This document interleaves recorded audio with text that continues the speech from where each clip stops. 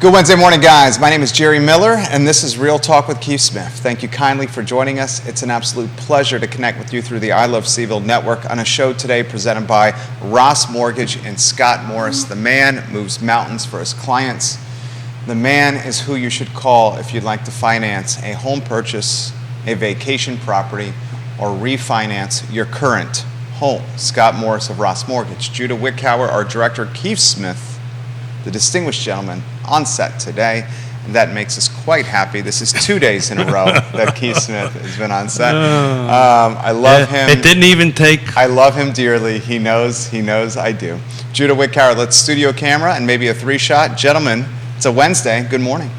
Good morning. Good morning. What is happening in the wide world? We got Jerome Powell talking again today. I know. Nothing dramatic happening in the market, so you must not be saying anything super newsworthy at the moment. Why don't we start with some content here for Judah Wickhauer. Scotty Moe, the show is yours. Ross Mortgage, Scott Morris. What are you following right now? Right now I'm following Jerome Powell, who's speaking at the moment, who's talking about softening in the job market, and we've seen a pretty stable rate over the past week. We'd like to see some improvement, and I do believe that is coming under the same measures that I've been marking all year. Fourth quarter is going to be really where the needle starts to move. The Fed has priced in a potential 50 basis point rate increase. I don't think that is going to happen. We're at a place where we're beginning to see softening in the economy that's going to result in a longer Fed pause, potentially higher than longer, but it's going to be good for mortgage rates in the long term. What's the softening you're seeing? You're seeing credit card debt all-time high, used car prices clearly coming down. Auto debt super high. Yeah. We're starting to see your day lates, your 30, 60, 90s beginning to run. We've got student loan debt that's coming back on the table that will really impact a lot of people. The economic development from that is in the time where those student loans were deferred, that additional income went into auto loans, credit card debt, and personal choices like spending, personal spending. Yeah. So as the student loan repayments become active again, you've got debt that's grown, and it's at a higher interest rate than before all of this started. People are going to be in a bad place, unfortunately. I think that's a very accurate depiction of what's coming down the pipe. Keith Smith, the show is yours. Yeah, so while Scott was talking, I just took a look. I would like to do a take that's a little more sunshiny, but we'll get to that later in the show. Absolutely. We got 3 of them to do.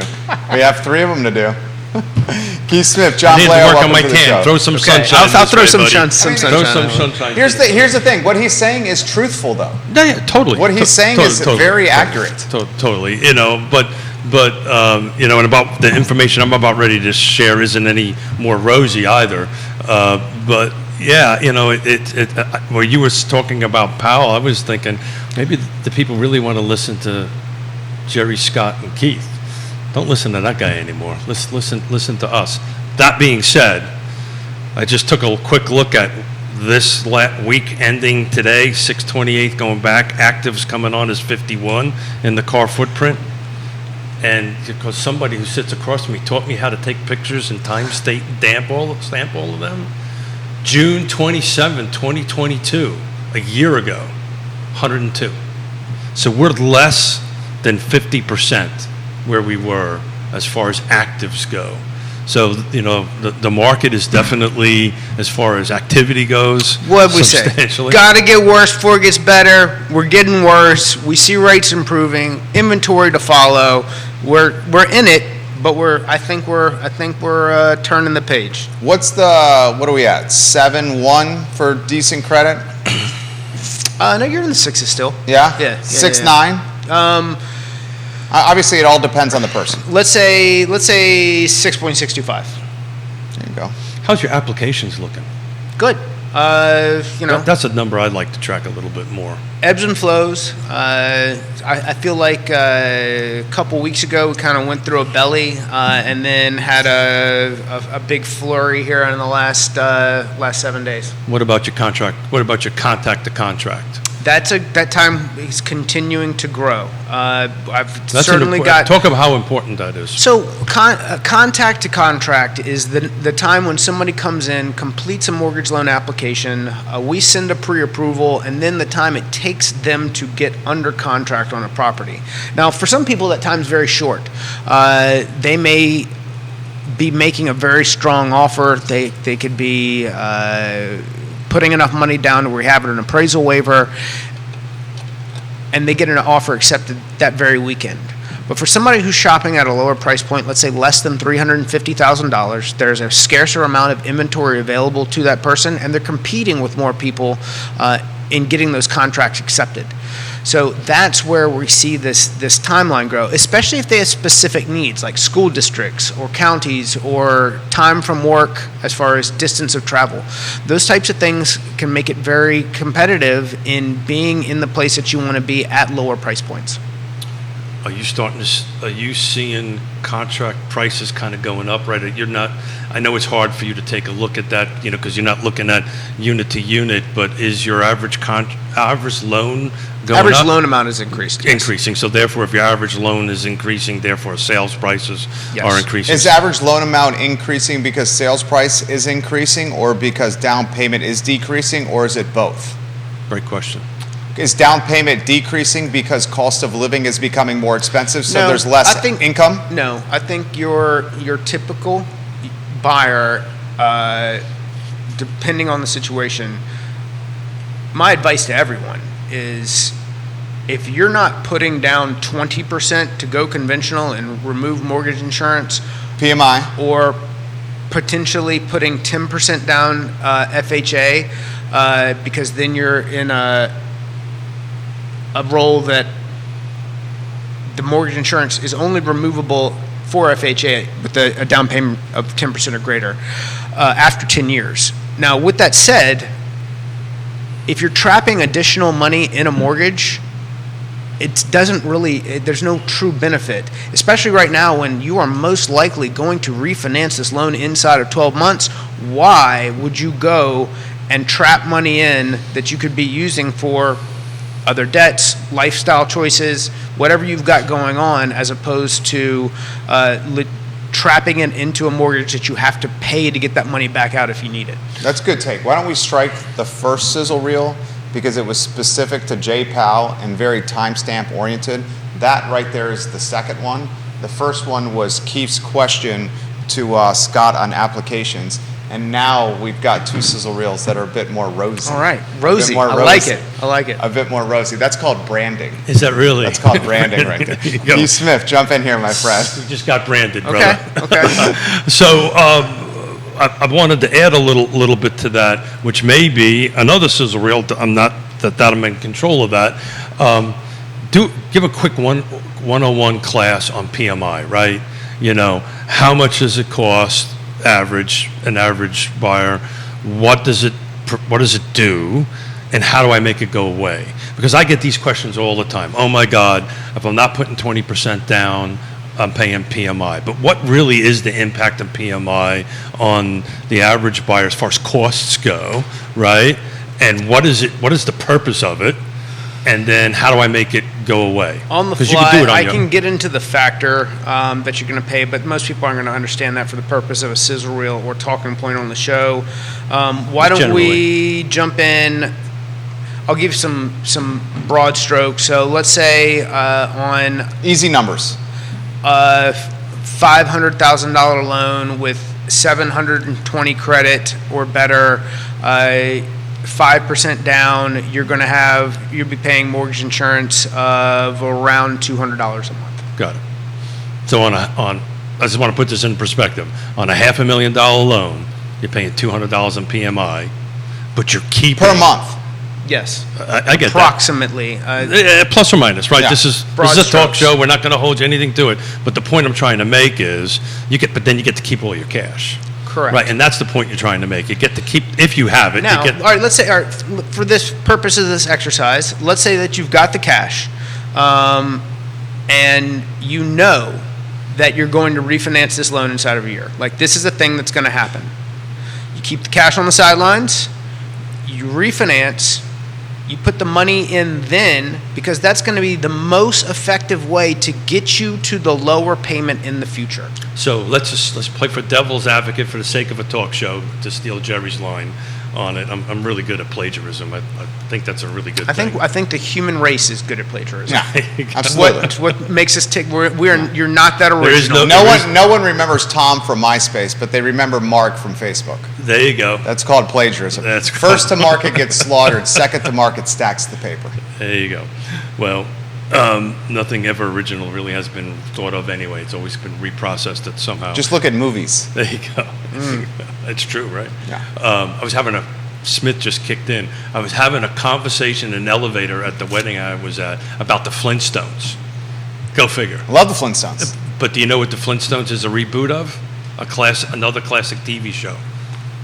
Was it the Come on, Jetsons? No. No, what- Judah knows what it is. Black and white, done in the 50s. Oh, yeah, I remember those times. Absolutely. The Honeymooners Oh, the Honeymooners. Okay. with Jackie Gleason. Jackie Fantastic. Gleason To the was- moon. To the moon, Alice. Anyway, I don't know how that got in here, but let's assume. You're talking PMI in the 200. You were about to drop some knowledge. I was about ready to do that. So let's assume the interest rates don't come down. I put all my cash to the side. Okay. Right. Interest rates they stay the same. Let's assume that your prediction quite doesn't happen. It's in a year. I don't want to do this. How do I make that PMI go away? Can I use my cash to make that PMI go away? Can I pay down my loan? You can. There's a couple different options. So let's say that you've got $200,000, and instead of putting it in the mortgage, you put it into a bond that's yielding you 5% on a 1 year. So 1 year from now, you pull 5% of that $200,000 out.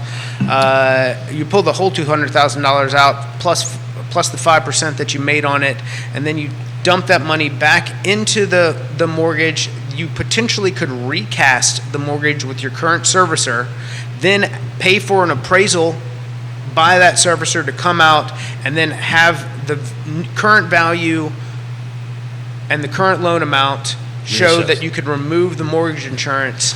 So I didn't want to get into too much. I just wanted to let folks know that there's you can actually go back. So and without revisit. refinancing the loan, you could still get out of the MI and move everything and make your money work There's a for path you. there. And there's a path there. However, I highly would you're most likely going to benefit greater from refinancing than just recasting, because if you just recast, you're going to be at the same rate that you are today. I'm painting a scenario. The rates go Yes.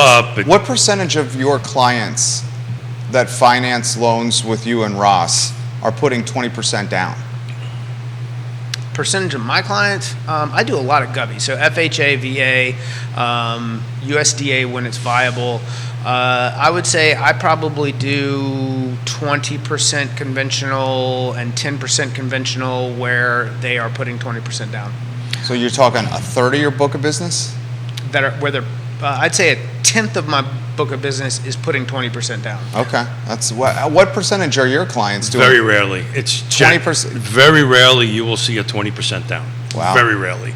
You'll see a 20%. I mean, there's some down. lenders who probably do a lot of that, but they do all conventional loans. It's very cut and dry. There's no Yeah. out of the box thinking. Yeah. There's not more 20% down payments with folks selling homes with this massive amount of equity? No, I'm not seeing it. It's not.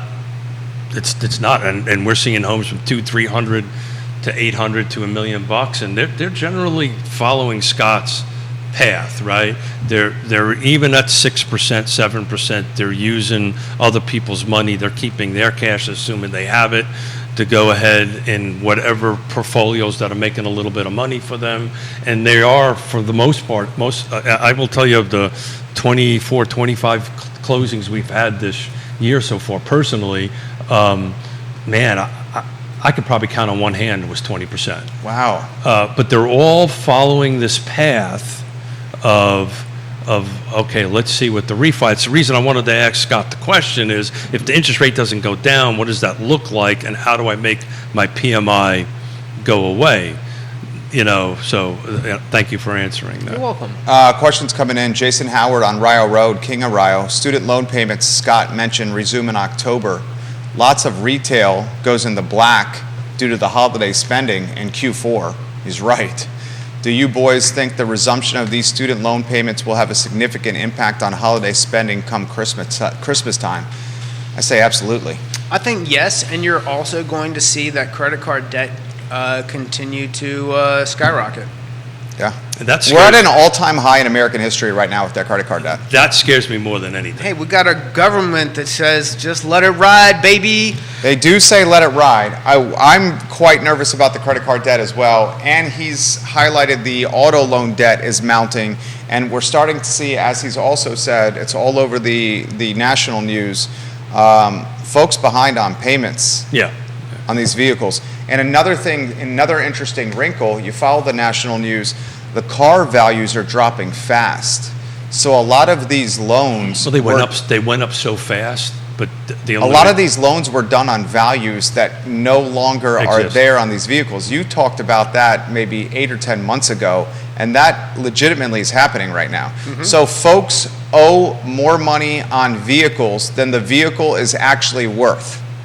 And they're paying taxes, personal property taxes on vehicles that are more than what they are actually worth. Exactly. At this point. So that's not uncommon. So you'll find a huge percentage. I'm going to go out on a limb here because this is a Scott guesstimation. This is not based on any data, but I will go out and say that 40% of people who are in an auto loan are upside down for the first 24 months.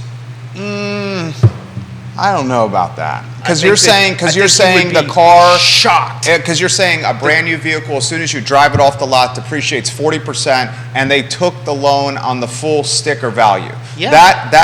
Because I'll give you that. They did 100% finance. They did 100% finance. Once that car leaves the lot, you now own a used car. I think you're right. And outside of these crazy COVID, well, I didn't think about it from the way of like 100% finance because I just didn't, Yeah, they're borrowing all the money, and outside of this weird planet, you're 100% right. Yeah. I mean, that's frightening. Not to equate housing. There's a reason they sell you gap insurance in the box at the car dealership. It's because if you wreck that car and it's worth less than what you owe on it, you're responsible for the difference. So that everybody isn't absolutely effed in that situation, they're selling you that to your benefit. It's not something they're trying to get over on you with. There is actually a benefit to that because not all insurance is going to cover up to the full value of the car. You're 100% right. I was just looking at it from the lens of putting a down, a sizable upfront payment. Most people don't do that. Right. You're 100% right. They don't have the money. Yeah. Well, and they trade in one car as long as so they go and they were up. You get people that were upside down when they trade the car, so they're packing bad debt from vehicle A into vehicle B and financing it for 8 years. Like, bro, it's bonkers. Been there, done that. Got the T-shirt and the stars and everything. Well, you made the analogy to housing, and here's the analogy I want to make with housing. Someone that purchased a crib, say in the last 24 months, 18 months, 12 months, can we make in a comparison or a direct analogy to the brand new car driven off the lot? So our chemistry is working because that's literally where I was going to go, because Yonna and I have 2 vehicles just about paid off, but 0% financing.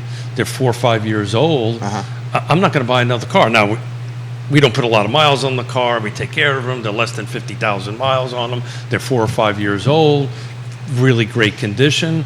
But I'm not going to roll in and get another car at 7, whatever percentage. That's synonymous with what Scott's called dead inventory. Folks that got the 2.75% interest rate, why would we ever list? So that's why you're at 51 versus 102. There you go. Because this time last year it was 3%. People were putting houses on the market, and you're 100% right.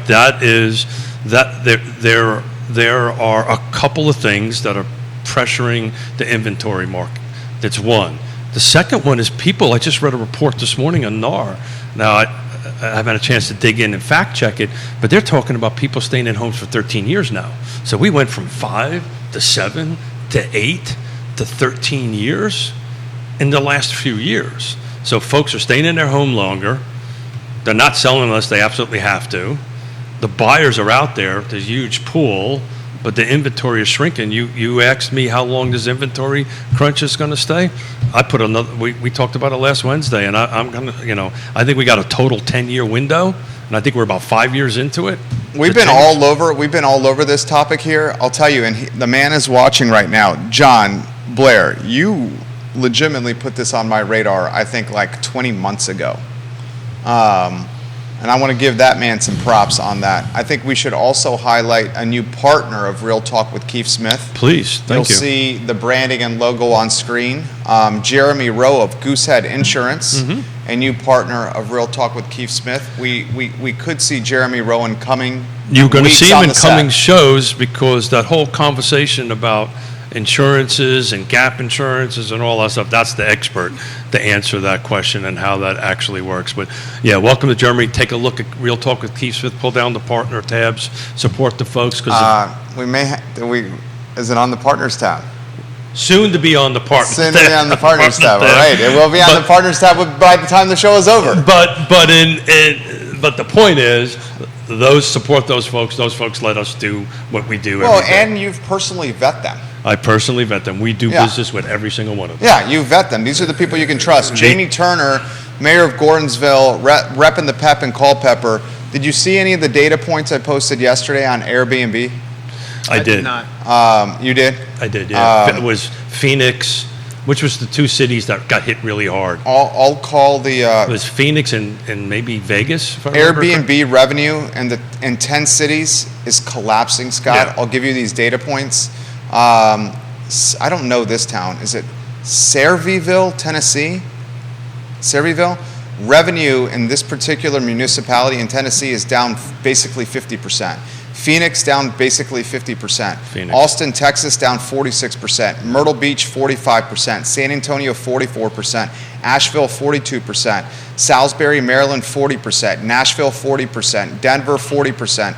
Breckenridge 38%, New Orleans 37%, Lakeland, Florida 36%, Seattle 36%, Panama City 35%, Orlando, Florida 35%, and the list can continue. This is year-over-year revenue It's drops. Very interesting you should say that. So I'm going out to Seattle. I'm doing a race from Seattle to Portland, July 15th and 16th.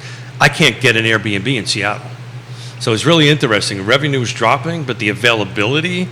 And the place that I used to stay out there, I actually connected with the homeowner and I called her directly. She sold her house. So she stopped doing Airbnb and she sold the property because, the inventory was light and so forth and so on. But just an interesting side fact that even though the inventory is going down, I can't find an Airbnb to stay in because the little baby's Here's the crying. concern. I'll outline it. You guys are the experts. People took cheap money during the pandemic at 2%, 3%, 4% rates.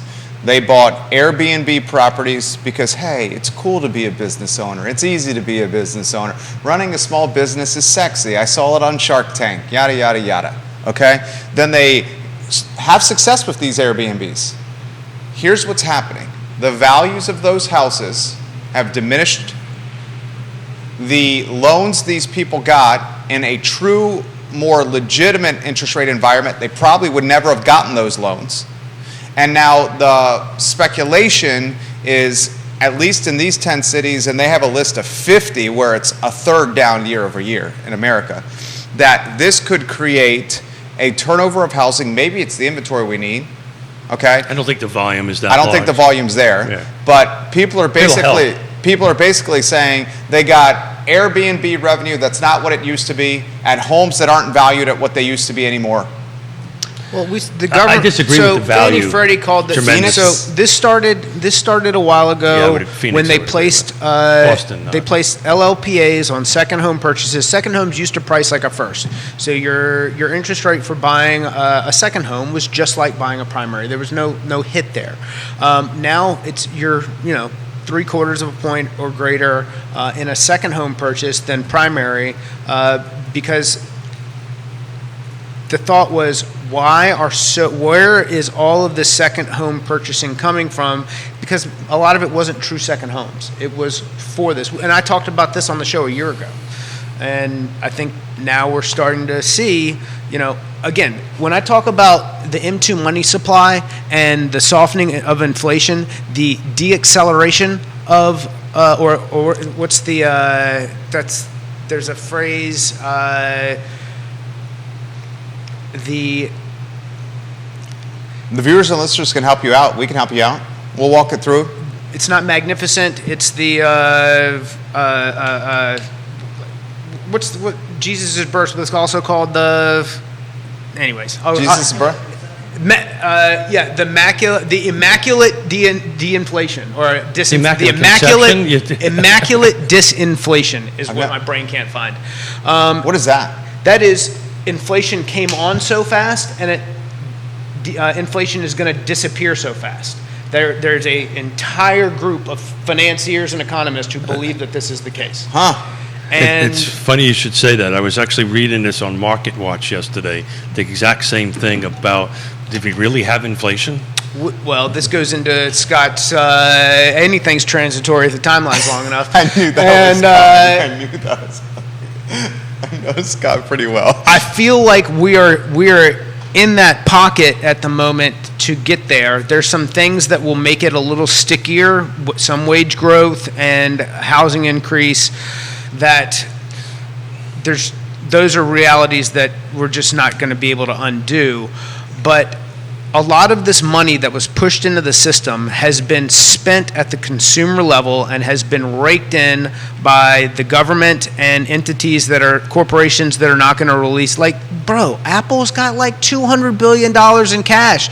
No one conceivably understands how much money that is. I mean, we're talking Apple's market cap. I'm using them as just an example. They're not the only ones. Insurance companies, health insurance companies, or we're talking about are sitting on tens to hundreds of billions of dollars of cash that has exponentially grown over the last 3 years. And what happened when this money was pushed into the system, it was raked by entities who aren't going to push it back in, and this money for people to go out and spend on Airbnbs and do these types of things are coming off of the table. Apple and Amazon, legitimately their market cap, they're wealthier than 90% of the countries in the world.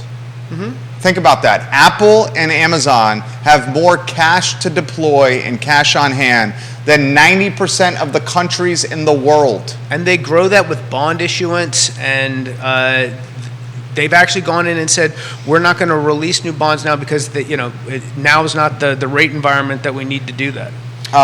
Keith Smith, I see the wheels turning. Yes. And your daughter's got a comment. Oh, love to hear that. Immaculate disinflation. I like Come on, that. brain.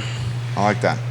Carly Wagner, hello. Holly Foster, hello. So all these little pieces of the puzzle are going to start helping the inventory a little bit, right? This inflation, Airbnbs becoming less profitable. I'm not so sure that's going to help. Is that the case in our footprint? I don't think it's going to help in Central Virginia. It's not going to help in the car footprint. Yeah. We are a real estate show. We are talking about what impacts us locally and regionally. But guys, we're 56% off from the same time last year of new inventory coming on the market. So anything like that is going to help. There's also, God forbid I even say it, there's you're going to start seeing a little bit of foreclosures start creeping back into the market.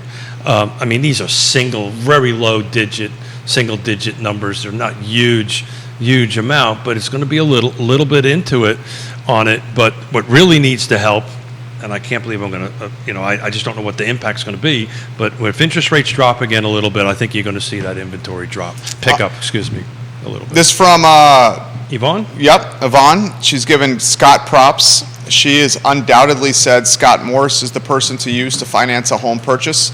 Yvonne and Houston utilize Scott's services when buying their home in Richmond. She says, in my opinion, Airbnb is the same price as a hotel here. They also have cleaning fees and required cleaning for checkout, so less cleaning and the same price for a hotel. I can add some perspective to this. Airbnbs have gotten so exorbitant with the fees associated with renting one that it now almost makes sense just to go to a 4 or 5 star hotel, because the 4 or 5 star hotel offers more amenities and a more luxurious experience. Now, if you're traveling with some in-laws, your dog, and a baby, the value proposition of the Airbnb is there because you have a little bit more room for your family to enjoy.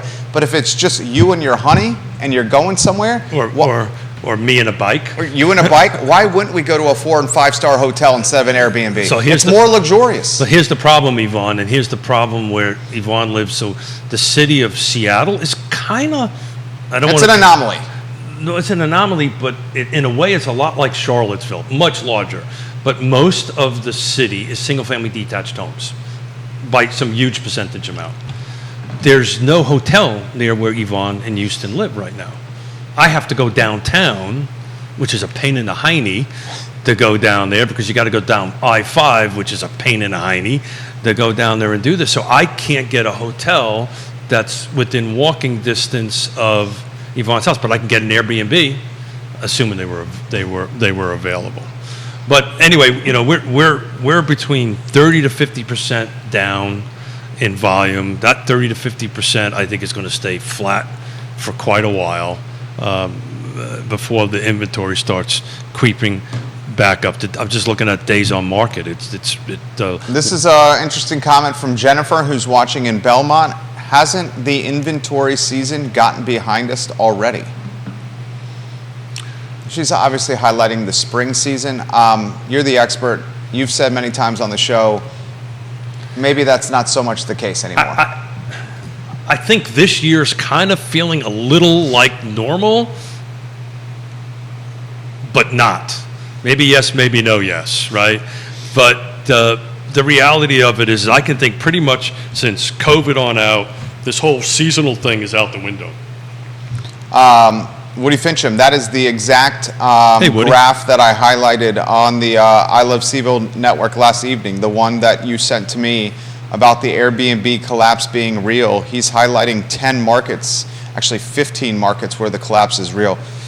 Friend of the program, actually is my brother, owns a significant property in the French Quarter that's associated, that's Yeah. tied to Airbnb. Yeah. How's he doing?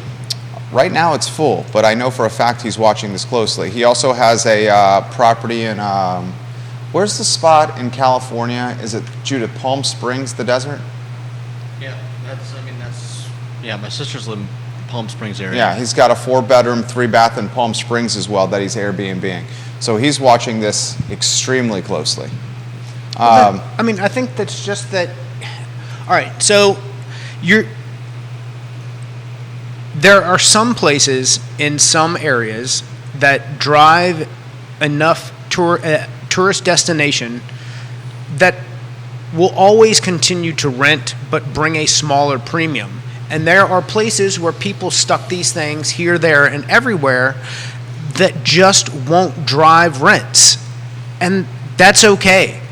I mean, it's not for everybody, but that's the whole purpose of the people who went out and bought second homes and did this, and because they saw how lucrative it was during this period of fake money, of the government, pushing all this. Something that you've seen. What's the dude who's running for president that was pushing UBI, Universal Basic Income? Ross Perot? No, Ross Perot's not pushing UBI. I thought you were going to make a reference to RFK and the squats and push-ups and the bench press he was doing. Gosh, if that dude if he had a little smoother delivery, and I know he's been through a lot in his life, he would. You're talking Andrew Yang. Andrew Yang, thank Yeah. you. The Andrew Yang, the UBI argument after this little science experiment or financial experiment that we went through during COVID, that argument's completely gone away. It's not talked about. And it's not talked about because it failed. It is a failed model. It created the inflation that we exist in right now. And it is what supported so many of these Airbnbs and this situation that we got ourselves in. And some of them are going to go away. Some businesses are going to fail. Some banks are going to be taken over. We've got something like 2,000 banks in the United States, there is going to be a consolidation in the next 48 months. In the next 4 years, you will see a number of small regional banks taken over or merged with others. I agree with that. And in the You think that's tied to the bad debt on commercial? I think that it's tied to a lot of things, but yeah, that's a big part of it. Yeah, we've been talking about this for a while. Watch the commercial market, that and the multifamily market. On a national level, locally, I think commercial will be a little soft on the retail side. Well, I mean, look at it this way. You got, and Scott, you can jump in Way on too this. much multifamily being built right now. You can jump in on this. You got government bonds at what? Some at 5.5? 5.5? What's the 2-year right now? And you could. So while Scott's doing that, You got some last- savings accounts at what? 4.75? yeah, sure. Some savings accounts at 4.75? Yeah. So if you got a building and your cap rate's in the 4 to 6%, Which is low. let's say it's in the 4 to 6%. Why would someone be intrigued about that versus guaranteed 5.5 in a government bond? Yeah, sure. So Until that goes away. There's some and 6 then- months that have been out there at that 5.5 range. At mean, 5.5? 2 years trading right now at 4.7. 4.7, and then what? We have some savings accounts at 4.75, don't we? Yeah, I think our money market's around 5, something like that. I mean, that's pretty damn good. Yeah. For just Yeah. parking your money in an But account and doing jack. it's interesting, that approach that you took, because what a cap rate is, a capitalization rate, right? It's what your percentage income is going to get on a commercial property. Not to get too much in the weeds in it, but it's an interesting analogy. Why the hell would you want to do that when I can just take X And do number nothing. and do nothing until it changes? Until it changes. Right. But then you know what I see, and this is, Now's the opportunity to buy. that's what I see. Yeah. Now's the and to be Because honest, people are doing the easy route where the entrepreneur can come in and do the hard route, and then that's going to change. so not to get down a rabbit hole here, but that's why I have a couple of 1031 exchange clients that are looking to buy. Nobody wants to rent anymore. Everybody wants to buy. Yeah. Because it is exactly, even though it's kind of expensive,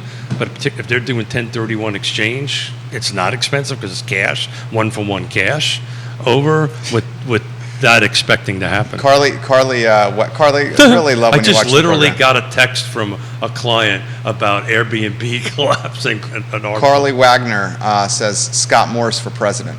Right. She says Scott taking a nonsense Andrew Yang idea and then taking a critical look at economic issues rather than denying and hiding.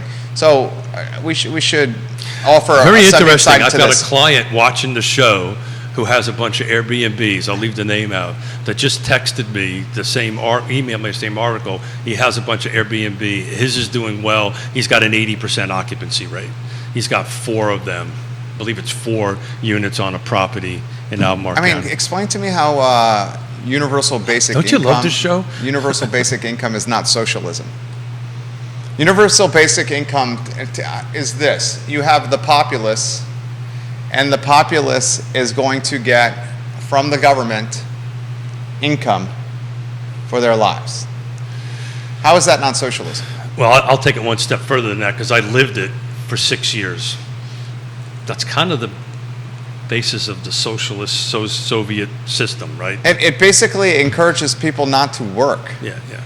We're going to stay away from that. Didn't we have that during COVID with the handouts? And didn't we see the collateral damage of that? No one wants to talk about that because if you do, you're just a mean capitalist. Well, that's specifically what I'm talking about right now. Didn't the and- wall also come down and all that kind of great stuff? Yeah.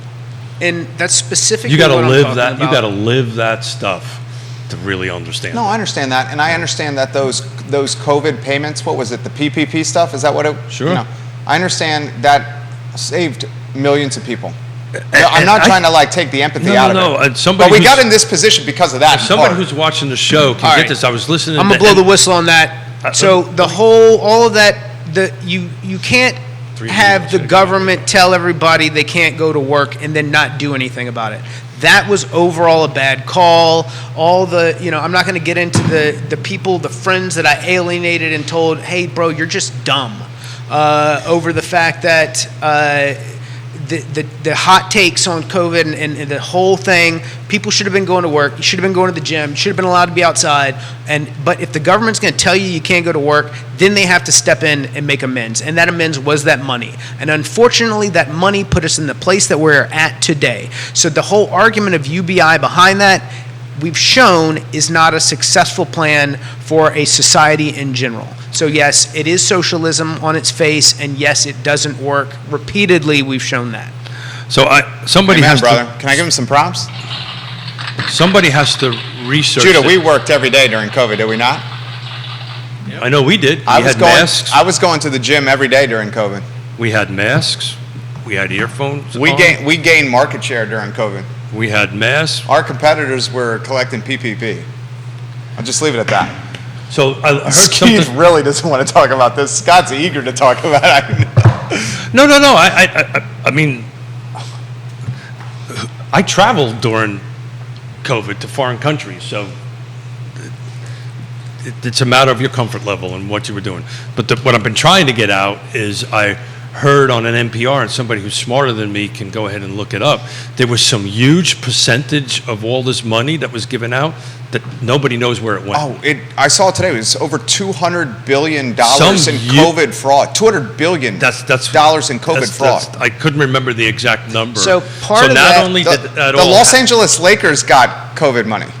The Los Angeles Lakers. So not only did all the stuff that you guys are talking about happening, the money got misused on top of it. Yeah. On top of all of that now, on the positive side, I can say this because we gave out almost $4 million, we meaning the Regional Housing Partnership, to people that were to help them pay their mortgages and their rent. So that was good. That helped a bunch of great folks. But what was it, $2 billion? Nobody really kind of know. They went places that they shouldn't have went to. $200 billion 200 was 200 in billion. COVID fraud. 200 billion. $200 billion. And we're Unemployment surprised why fraud. we have inflation. Unemployment fraud that existed at its peak during the COVID years is the reason that report is not taken as seriously as it is today, which is adversely affecting the bond market and not giving people a realistic look at what the economy is actually doing right now. There it is. There it is. So any rosy stuff on the I mean, feed today? we're being honest, and it's Yeah, I don't- resonating with the viewers. Carly highlights, and those went to work, they got no money. It just increased the cost for everything, lower wage increases because poor economic outlooks. 100% right. 100% right. What a mess. Scott, what's on the brain? We're out here helping people buy homes every single day, and it's competitive in different places, and everybody's situation is unique. Each real estate transaction is its own little fingerprint, and there's different problems in each situation, and how we go about solving them takes the right people and the right professionals. And so if you're somebody in the business who's out there watching this, just know that communication is key. Where are your people? Where are your people at? Where's your team? And that should be in everything. Right now there's dealerships. There's when I talk about businesses that are banks that are going to be merging, and you're seeing it right here in Charlottesville. Flow is taking over the dealership game here in Charlottesville. Oh, big time. Dude, Pantops is not Pantops anymore. It's Flowtops. Well, Have you seen it? Well, Umansky purchased right there. Yeah. So 29, Jim Price is wrapping up. Yeah. They're going to be Flow now. Flow built an epicenter across the street on Pantops from their other epicenter, literally across the street from them. And Flow, props to Flow, doing what the Buffett saying was, they got opportunistic and greedy when folks were fearful and strapped. And they expanded market share. Hey, not to mention these dealers, they got paid too because they got paid. Their paper hasn't looked this good in 10 years. So they got top dollar on the sale, for sure. Because when they sold it was when cars were trading at 30, 40, 50% above book value. And those numbers, he's right, may have justified a sales price that today probably is not justified. anybody who's a business owner who had the opportunity to sell, there's a ton of, if you look at these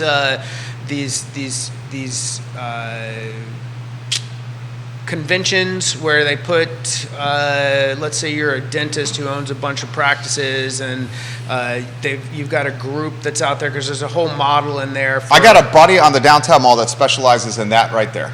There's a whole bunch of takeover going on in that space, and medical in general, to where they come in and they say, "Hey, doctor, you don't want to run this staff. This is what my buddy does. What a headache." Yeah. We'll come in, we'll buy that from you. You just show up and work every day. They buy the building, they buy the practice, they golden handcuff the dentist who was previously the owner with a little 10 points ownership points on the package. They Plus. do guarantee a nice salary. Yeah.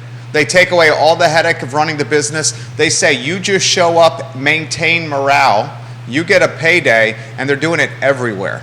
This dude that is on the mall, he and his partner are doing it all over the country. It's really interesting you should bring this up, because I had a conversation with my son-in-law. He's doing it with veterinary practices as well. This is another thing that a lot of people don't realize. You know who one of the largest owners of veterinary practices in America is? The Hershey family. Oh, really? Yeah. They're using the ducats to buy vet practices. So And the buildings it's associated with them. So it's interesting, because I was having a conversation with my daughter and my son-in-law, who's moving over from Richmond. He's an anesthesiologist. He's a freaking rock star of a doctor. I was like, well, did they teach you how to run a business? Did they give you any business background on it?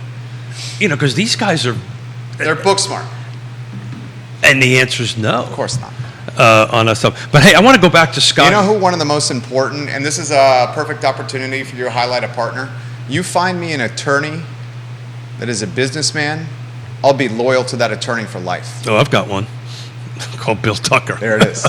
Bill Tucker. Yeah. You find me an attorney that understands the concept of business and closing a deal as opposed to imploding a deal. Same with like a home inspector. You want to look at my phone.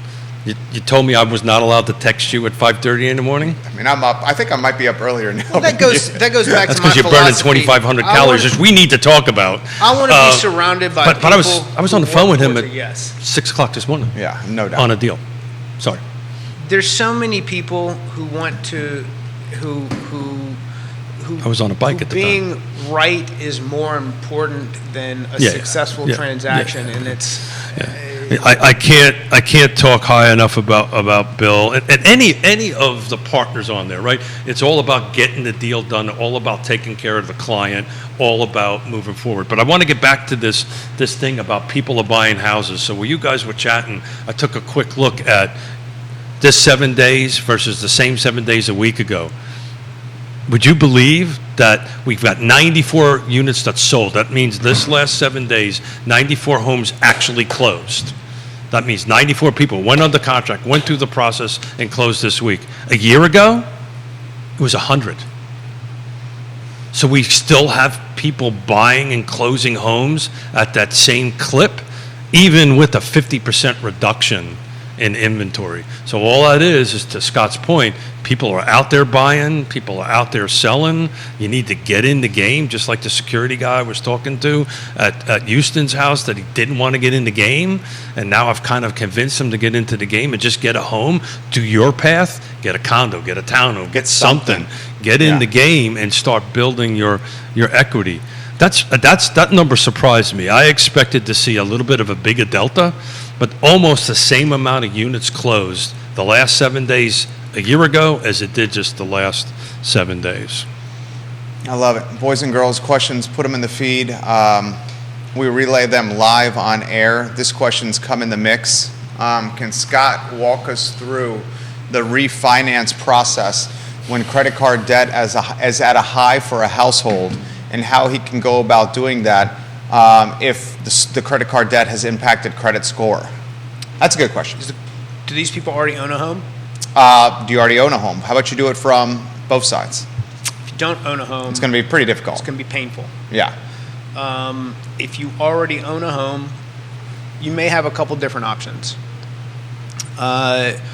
One, we could look at something along the lines of, now, if we're behind on payments, the road gets harder. So taking action before that is the case is what I cannot stress enough. And I talk about it all the time. We too often find ourselves in a situation where we've stuck our head in the sand and the problem has grown to be where it's out of control. And that's when it becomes harder to help than taking some proactive action once you know things have gotten further along than where you would like them to be, but you can still manage it. And that could mean that everything's maxed out and you know you got a tough spot, you're in a tough spot. How do you get out of it? There could still be an out as long as the payments are being made on time. But once the payments on the credit cards, the mortgage, anything, once those start getting behind, then you become a greater risk to the investor who's going to be financing that loan, and it's harder to get you the money. So acting before the problem has topped, like before you've gone over the cliff, where it just still feels like your syphilis pushing this rock up the mountain, like that's when you need to do the work to move, to try Unlike to get out of it. 2008 through 2010, you didn't have a lot of options. Now you have options. Now you got options. If you've got a home, you've got equity, you've got options available to you. Back in 2008, 2010, when all that process, there was no options. There was no equity for you to go ahead and help get out of it. Your home couldn't be put on the market to sell because there was too many. There's nobody buying. Nobody was buying at that particular time. It is so important for us to get this out and talk about this on a regular basis. And if you think that you're kind of going down that road, call Scott. Call Scott me. Morris, Ross Mortgage. Yeah, call me. Well, don't please. So my suggestion Don't get the 31 days on your mortgage. My suggestion would be Please. this: Call Bill Tucker. if a cash out refinance doesn't fix the problem, but we can qualify you based on a purchase of selling the home, this is how I would structure it.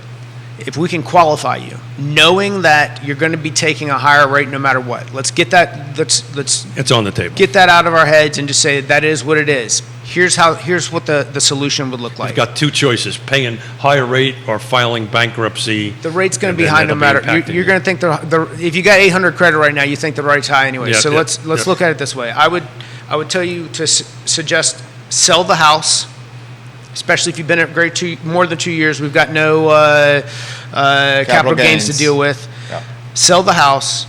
We'll mark all of the debts paid at closing on the purchase of the next sale. So you sell the house. We qualify you for the next one. We pay all the debts. We get you into the new house. You're in the house for this next year. All of that credit card debt's wiped clean. You've got a year of solid mortgage payments. Your credit score is going to skyrocket. So let's assume that you're a 605. You're now going to be a 700 plus going into next year. We're in a better rate environment. We keep enough cash on the side to where we refinance you then into a much lower rate, much more beneficial payment. You already qualified to do this in the beginning. Your cash flow got better because we erased all the credit card debt and we gave you a path forward. That's like legit information for people, J-Dubs. We should mark that. I mean, that's like legit information for people to hear. And I bet you a lot of people are there. And I'm going to play the devil's advocate for the sake of the talk show. Please. And be the somewhat of it. The only absolutely perfect path. That path was not available in 2008. Flat out wasn't available. For you. For anybody, because you couldn't buy anything and nobody was buying your house. There was no transactions happening at that point in time. Here's the bit of a hiccup. I got to have something to buy. That's the struggle right now. And the struggle is if I You don't necessarily have to buy it.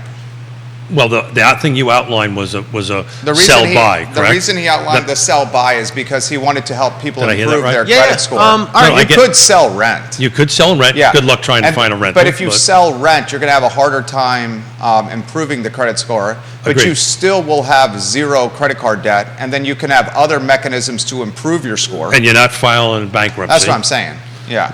Because that's what's going to have to happen. But to your point, what if you don't find something to buy? Then you rent. All right, so let's Or you do go this. live on my couch or whatever. Let's do this. Let's say we got I got 2 extra bedrooms. you walk around in your underwear. You understand the position Really? that you're in, how to get out of it, Not and what really. that looks like. You put the house up for sale. You know that you're going to be making a lateral move, You find a house that, and because of the inventory scarcity, we can guarantee you a 60-day rent back in your current sale. So you sell the house, you got 60 days. You buy a house that has some deferred maintenance. We do a streamlined 203K where you go in and we replace the carpets, the countertops, and the roof. And so for less than $30,000, we do all these things. It happens inside of 2 months. You stay in the house that you're in, you move into the new house, and you're already you made a lateral move, took debt off the table, and you're in a house that meets, for the most part, what you would like to be in from the house that you left. So here's the simple takeaway. You've got options. You've got Take options. them. Call a trusted advisor and take them. And I know that. Look, I'm going to do a little preaching here. I'm going to talk from a personal experience. I lost $17 million. I thought I could fix it. I couldn't. I didn't cause it. It didn't happen. I didn't make it happen. I didn't take $17 million and go buy that yacht I got parked somewhere down in the Caribbean, right? I didn't. Is that what you've been doing? Just a little bit, but You rebounded well. A little bit. But my point was the only one mistake I made was I thought I could fix it. And I believed the banks, but that was a whole different story. Bonnie Davidson, hello. Welcome to the program. She's watching in Culpeper here. Guys, questions, put them in the feed. One of the Shenandoah Valley's finest backstops, Michael Plecker, is stoking the fire. Oh. As Michael Plecker does. We love you, Michael Plecker. He says, bring up the Department of Justice lawsuit as it applies to local real estate firms in Central Virginia. How much time we got? Plecker mentions Logan Foster and Remax. Yeah, so the DOJ actually is in that. So there's two things going on here. There is a lawsuit that's going on working its way through the courts. Concurrently, there's a Department of Justice, which is one that has more import and more impact on it. I'm going to see if I can try to dumb Choosing this. your words carefully over there. Yeah, I'm choosing my words carefully. But what I want to try to do is not cause panic and inquiry. But here's the. there's some ugly stuff in this here. There really isn't. There may be ugly stuff being floated around in the Facebook world and the social media world, but here's what it boils down to. What it boils down to is that DOJ, and let's just focus on the DOJ because that's the one that really matters, Department of Justice, is basically saying that the buyer doesn't know or have the right or any input on how much commission they pay the real estate agent in a transaction because the seller's paying it, which is actually false. Because in the state of Virginia, when I have a conversation with you, as soon as you say, I want to talk about real estate, there's a law that says as soon as we have a substantive conversation, and what defines substantive is an open book, because our lovely folks in the freaking state creates this language. But what I'm supposed to do is I'm supposed to talk about what I do, what my role is, and how much I get paid. What we do, yes, Realty partners, there's a thing called a buyer-broker agreement. As soon as Jerry says, hey, Keith, I want to go look at a house, we sit down and we talk about a buyer-broker agreement. In that buyer-broker agreement, it says, if the seller doesn't pay me X percent, you're paying me X percent. That's required by state law that you're supposed to do that. That doesn't happen very often. So from my perspective, this is a great thing. If you're in this business and you don't know how to explain your worth, you probably ought not to be in the business. No, there's a lot of people like that. Yeah. So remember this conversation we had about I'm thinking 30 to 50% of agents are going to leave? This is part of my calculus. Market is down to 15 and 16. All of a sudden, these certain folks have been doing business a certain way are going to have to change the way they do business. And then, the market being what it is. All that's really going to happen at the end of this, it's going to land on his thing. Because what's going to happen is, the loan side of it. That's where the rubber's going to meet the road. And I'm trying to really choose my words carefully and navigate. Yeah, I'm actually thinking. I'm impressed. what's going to I happen? mean, you got Remax and Long and Foster here. Yeah. Okay. So what's going to happen here? When first of all, it's got to run through the Supreme Court. It's going to take forever before it happens. But when it does happen, I'm going to sit down with Jerry and I'm going to say, I'm representing you, which I do anyway. Here's my buyer-broker agreement, which I do anyway, which tells me all my roles and responsibilities and how I get paid. And if the seller doesn't pay it, you got to pay it. Well, what's going to happen here is if the buyer has to pay it, it's got to get rolled into seller concessions. The regulators are going to have to let that happen because otherwise it's going to be cash out of the buyer's pocket. And they're never going to qualify For a loan. Correct. They're never going to qualify for a loan because it's going to be an extra 50. If it's a $500,000 house, you're talking an extra 15 So G's. this isn't Forget really- 550. Let's just make the This really isn't on our side affordable of the housing fence. doesn't exist under that model. Exactly. Yeah. Okay, do you want to offer perspective on this? No. You wanna But stay away from but this? I will. Yeah. So there's a couple takeaways here. Yeah, there's a lot of people who do this, who are in this business, who don't do a good job of either understanding or explaining to their clients how any of this works. That's part of the problem. There's a huge number that are protected by signing. You're protecting yourself and having these buyer broker agreements signed when you meet a client. And there's so many people out there who don't do a good job of providing value, educating, understanding, and then having that signed, and then find that the client clicked on the next thing they saw on the internet and they lost the client. And they're like, how did this happen? Well, you didn't do that part of your job when you met them. So when we coach and I think he's not finished. And in doing so, not only are you explaining to them how this works so there's a greater understanding, you're also building a greater level of rapport. It's beneficial to you to do it, it's beneficial to the client to do it, and in doing so, if you take that away to where the client is then responsible for making that upfront payment, they're instead of bringing potentially 6.5% to 8% total cash to close, and gotta now bring they're 10. having to bring 11%, An extra 3. potentially, Or 2 or potentially, whatever. potentially 11% yeah. to close. That's an extra barrier of entry. Where there, I've just discussed the stress that those buyers are going to be under given the current economic world that we're in. We're talking about making it more expensive for them, but at the same time, our woe is me political stance is we need to create more affordable housing. It's a bad take. So the premise of the Agents offering commentary. Let me get this out. So the premise of both things is the buyer doesn't know what they're paying. If you do exactly what Scott outlined, you can Google it. There's a document called the Exclusive Right to Represent Buyer Agreement. It's clear who pays who and how it gets paid. The ultimate premise of the DOJ and the lawsuit is Jerry Miller had no idea how much he was paying for my services. And I got to tell you, I think most buyers. let me finish Yeah, this, yeah. because I'm going to get myself into trouble here. If you're got a real estate license and you're not able to explain your worth You shouldn't be in the game. and do this, you shouldn't be in the game. I think most buyers have So- no idea. Most buyers have no idea about this. And I get that.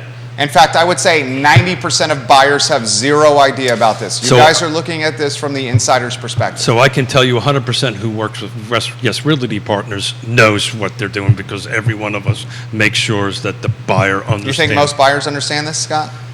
Otherwise, it wouldn't be a lawsuit. So it's kind of an obvious Well, here's question. the lead. A federal judge in Yeah. Chicago ruled that home sellers accusing the National Association of Realtors Yeah. and a group of real estate brokerages of conspiring to inflate commission rates can move forward as a class action. Sure. So, USD that's the DOJ side. We're talking about a class action lawsuit Yeah. seeking more than $13 billion in damages. You know how long that's been going on? Well, it's been going on for a while. You got Remax and Long and Foster in this. Yeah. Well, look. And the state, the states they're talking, right? Yeah, I want to be super careful. Let's not call out specific people. I'm just reading from the No, article. I got it. Yeah. But on the show, I prefer not to call out specific people. Okay. On that end. It's all on over that the end. news. I get that, but let's kind of stick to the facts. So the Sure. facts are that my industry Yeah. has to do a better job of explaining to the buyer what their roles are, what they're doing, and how we get paid. In a way, I love the fact that this is all going on because that makes you going to have to do it. You should be doing it anyway. How do you do that when you sit down with your I've got a client? 2.5-minute spiel. I've timed it several times. That goes into the responsibilities and upfront costs that a buyer should expect. Yeah. How their realtor is getting paid to compensate them, Yeah. and why they should trust their buyer agent because they're working on the behalf of you. We have a team. This is how it works. This is your upfront costs that you're going to expect. This is how people are being compensated. This is how I'm being compensated. And I have that call with 80% of my clients. There's some that are just like, I've done this before, I got it, let's move on. But for anyone who's coming in as far as a first-time home buyer that needs that, the more people understand about the process, the more they trust you in the process. So this document talks about brokers' duties, buyers' duties, compensation, dual and Got designated a lot of agents agency. watching you right now. Of course. Disclosures of dual agency, recording miscellaneous, there's all kinds. It is very clearly done that. And every time I sit down with a client, I actually spend more time going over this than page by page of the contract because the buyer needs to understand the process. It's also really important in this document, it talks about what the buyer's responsibilities are. The buyer has responsibilities in this arrangement. So as long as you are disclosing all of that, as long as you have your buyer-broker agreement signed with your client before you open up the first house and show it to them, you're good to go. There is no problem here. It's when you don't do that, that's where this is going to become a slippery Michael slope. Plecker's comment. Yo. He says, I have already had my talk tracked down if this change takes place. It's basically going to remain as it's always been, but the seller will bump the price of a listing by 3%. That could happen. This is all about and this is like a Bill Tucker question. This is all about the back end of it. And we're having a conversation right now that's probably not going to get in place for years and years and years to come, because this is going to end up to the Supreme Court. Carly Wagner, it's already illegal to not disclose the commission payment. If your buyer isn't aware, you should lose your license. Say that again? She says it's already illegal. Where did that comment go? It's already illegal to not disclose the commission payment. If That's your right. buyer isn't aware, you should lose your license. Well, Multiple folks are asking if Scott's okay right now. Literally. I've seen I'm sorry, Scott. eight comments on the feed right now. You want me to get the angry I elephant? think we're talking about something that one hasn't even been litigated That's yet. exactly right. And I don't That's the I don't point I'm care trying to for the make. news story. We're talking about, look, this is going to work itself out. Your daughter's asking about this. Yeah, no. Then go read the news. I got the text. Then Yeah. This is not, I don't, in my opinion, good fodder for a talk show, because I think there's too much that is. Too much nuances. And too much that's just. So Yvonne, this is really simple. Explain what your role is, explain what their role is, and how you get paid and compensated, and have them sign a buyer-broker agreement, and you are golden from here to the end of time. It's not that complicated, folks. And to Scott's point, this is getting a bit blown out of proportion. It's got to flush through the system. But if you do, as Carly stated, it's a state law. If you do what they tell you to do, you're good to go. The problem is if you don't. So, and a little self-regulatory stuff is probably in order. Okay, we'll leave it at that. 11:30 on the talk show right Look here. at that. We made it right to that with that last topic. I try to save it for the end for a reason. I figured this would be something that would be tough for you guys to chitter chatter Hey, about. what's that Korea barbecue place that I've been told about? Judah's been there. Nice Or job. the All name? you can eat. Nice pivot. What's the name? think there's a I don't even couple need. of No, this is the one on Main Street. Doma. Doma. All right, I'm going to Doma after this. Okay, there you go. Doma, or the sushi place I like that's over next to the one with the firefighter stuff over there by Costco. What's that little? There's a sushi Oh. place over there. A plus, bro. Firefighter stuff. You're talking about Mission Barbecue. Mission Barbecue. Mission yeah. Barbecue is very good. I think have you been to Doma? I have not been to Doma. That's why I'm choosing Doma over the sushi place that I can't remember the name of next to Mission Barbecue. So plug for Mission Barbecue. and kind of plug for the sushi place that I can't remember Doma's the got name of. some of the best wings in town. As we go to talking chicken wings, some of Chicken the best wings. How chicken about them wings Mets? in town. Hey, by the way, anybody who, if you're out there and you're like, I want a rooster, I got too many. So I'm either going to be having fried chicken soon, It took to 11:30 to talk about chickens? or I will be happy to rehome some barnyard mixed roosters. Yvonne might take you some. She found out that she could do chickens now in Richmond. She can do chickens. She probably can't do roosters. Can't do roosters. I love it. Thank we you. had the TV station down the street tuning in while we were talking about this, by the way. Yeah, yeah. So look, there's also a responsibility of the buyer too. I don't know, every buyer I work with, they ask me about commissions. So, it's a dialogue. As long as everything is open and above board, you shouldn't have a problem. And documented. Chicken wings, sushi, refinancing, getting yourself out of debt, buying homes, DOJ. Airbnb. Nobody ever knows what could happen on Real Talk with Literally Keith Smith. anything can happen on Real Talk with Keith Smith. We focus on real estate, life, and the pursuit of happiness through prudent financial decisions on this talk show. There It you really go. kind of snapshots what we do here on Real Talk with Keith Smith. Judah Wickhauer keeps us on air. Keith Smith is good people. Scott Morris next Wednesday. That's what you were going to ask him? Next Wednesday, I will not be here. I'm going to a funeral of a good friend of mine in Arlington. So Jeremy you'll see- Rowe, Can you potentially? maybe get Jeremy. I in? may, yeah, I will, Or I will, I will have the seats filled. I Yeah. may or may not be here myself. I've got But, something that's going to take me out of town. We will be in Arlington putting a good friend to rest. So There you go. Gentlemen, thank you kindly for joining us. A true pleasure to connect with you guys. The I Love CVille show is up in 59 minutes. Take care. Very nice. Done. And let us know when we're off air there, Judah.